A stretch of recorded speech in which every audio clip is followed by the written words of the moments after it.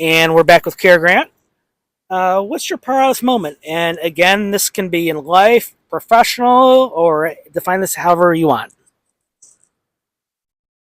Exact moment. It's kind of a difficult question. I have like a milestone of like, it was really cool getting a master's degree, but Go with it. Huh? Go with it. Oh, sorry. Again, you can go with anything you want. Okay. Well, I don't know if getting a master's degree was actually my proudest moment. I don't know if I've had these moments, but I know when I bought my first ticket to fly internationally, I felt like an adult. Like that was like wow, I'm an adult. I'm flying out of this country to like do modeling stuff, and that's really cool. So, Do you remember where that trip was? That was probably my Australia trip.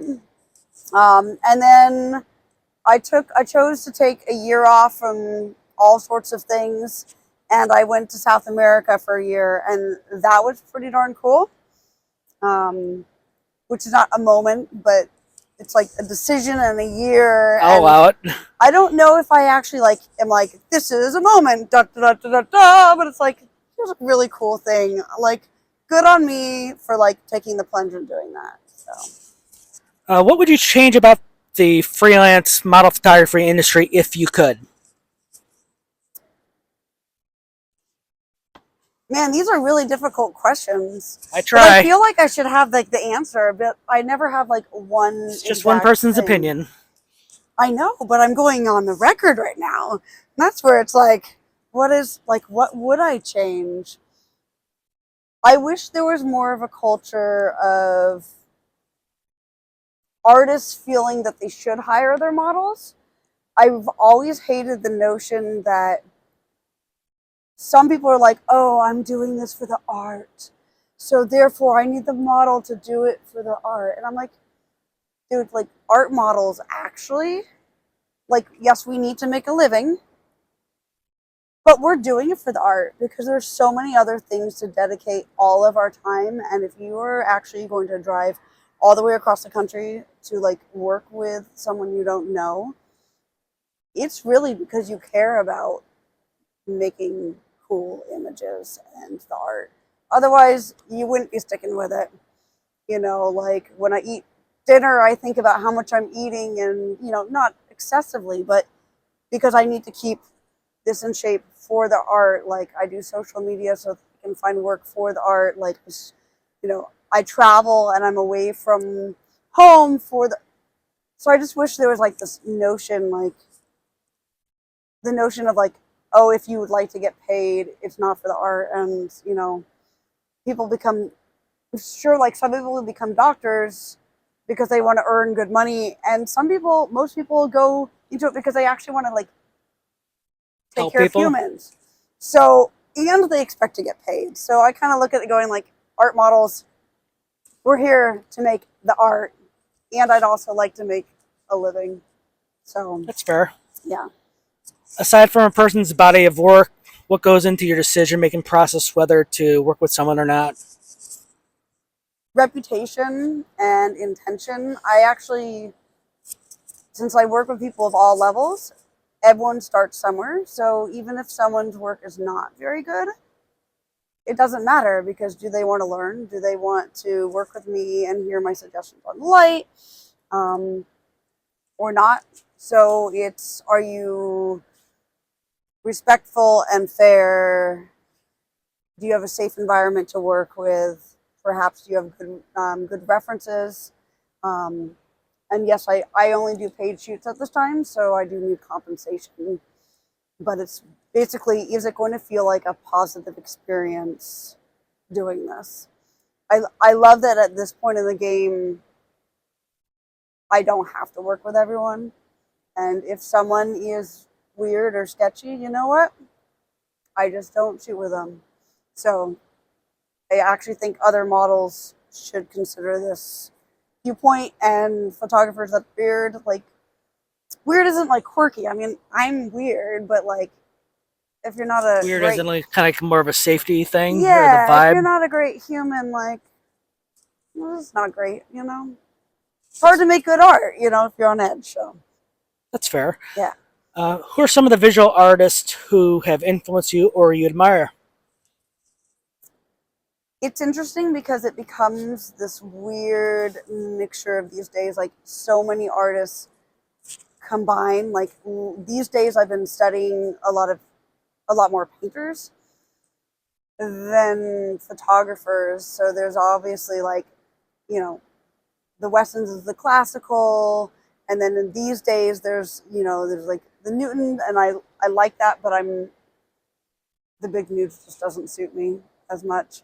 Um, but it's almost like it's more the classical paintings and that I'm looking at. Any classical painters immediately jump out at you? It's, I don't have favorites. I am so bad. I say that and then I go to ones and I go, okay, well, today I like this and today I like that. We'll talk. We'll talk off camera about some of mine because I do have quite a bit of knowledge about that. I also, my problem is when I'm hungry, my brain doesn't work. And I'm like, I just like, I probably go, oh yeah, of course that person. Oh yeah. See, people, this is a reason why you keep the models fed. Keep them happy. I'm on the road and I had to get here in time because I thought it was going to be like rainy. So I had like 2 Cliff Bars for lunch and a bagel for breakfast, which is awful. So, and now I'm on record sounding like a ditz, and I'm really not. She's not a ditz, and she's just being facetious. For something a little bit lighter, pirates, robots, and ninjas. Who wins in a three-way melee and how? Ooh, robots win. I mean, robots just keep going. You said robots can be like formulated to do anything and everything, and especially if there's multiple ones. Like one robot's gonna fly, one's gonna have laser eyes, one of them is gonna be huge and just smash everything. So I don't know. I actually have this dream of being a robot for a photo shoot, but I don't know that anyone wants to take like a nude model and just put them in boxes. But maybe if the parts open and you get to have like more of me showing like a human that's I don't and transgression. In the past, you have publicly expressed issues with burnout. How have you dealt with yours, and do you have any recommendations that at least have worked for you for your fellow creators? So part of my idea when I had burnout was that's why I went to South America. I was like, modeling has been awesome. It's really awesome. And like, I need a break from this. And I knew that if I watched people here, my peers keep making art, I'd go, but I want to do that. And yet it's like, yeah, but you actually want to break. So I removed myself entirely from the situation so I could do something entirely different. For creatives, when you are doing photo shoots all the time or when you're doing anything, like you need breaks. This is it's intensive, like it's emotionally intensive, and like in a way, like I'm like my brain doesn't work because all I'm doing is like working and coming up with creative things and like being hungry and tired and making a new thing and figuring out new situations. And this is why models take breaks. Like I'll go home for a few weeks. Normally models need a couple months. Like I find, you know, a couple months is kind of nice to refresh. But then you have to get your like skills back because you like lose your sense of like balancing if you take too long. So it's that weird thing where you take a break, but not too much. I don't know. No, you're doing fine.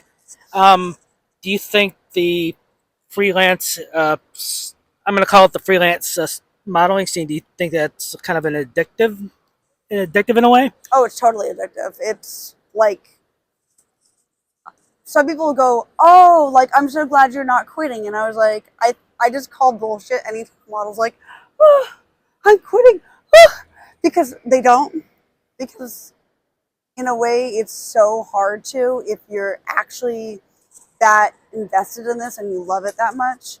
And I'm sure some people like do get other jobs because it takes so much to make this a full-time living. Like doing a couple shoots a year or a couple shoots a month is one thing, but like actually piecing together a full-time income, I mean, it's a way of life. Like it's a lot. Yeah. All right. Do you have any last minute thoughts, comments, and plugs? Well, first of all, I'd like to apologize for sounding like a doofus because apparently I'm hungry. My brain doesn't work. She's And fine. some people get cranky. I just get like my brain doesn't make decisions and doesn't know anything. And also, having a good sense of humor actually helps on both sides of the camera as well.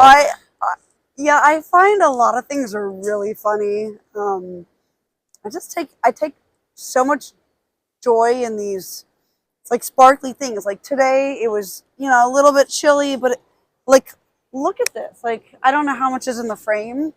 Me and my scraggly hair and whatever's going on. She's being modest, people. She's fine. It's beautiful back there. Like, yeah. So I don't know what I'm saying. This has been an interview. It's been a day. How can How can people find you?